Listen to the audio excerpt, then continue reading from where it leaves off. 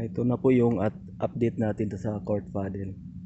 Nakalatag na sila ng rubberized mat. Yung nagkalat na buhangin yan na special.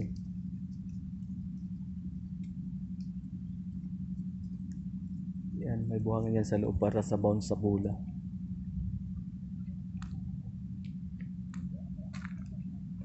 Update lang. Puro glass na to siya sa paikot.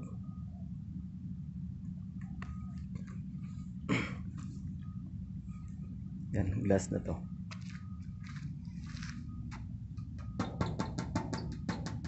Glass.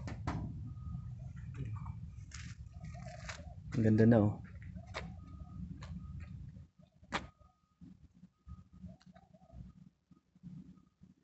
Ito yung isa sa kabila. Okay na to.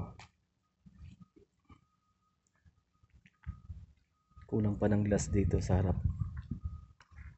Itong mga mating nila ilagay.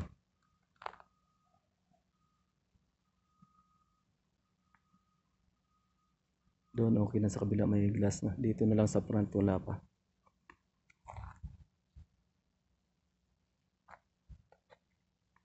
Court paddle.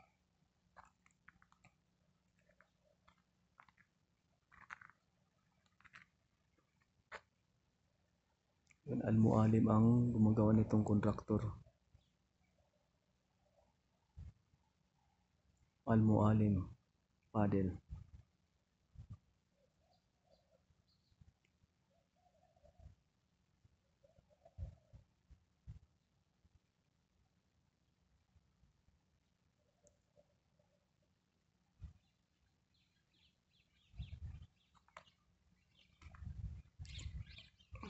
Mga tempered glass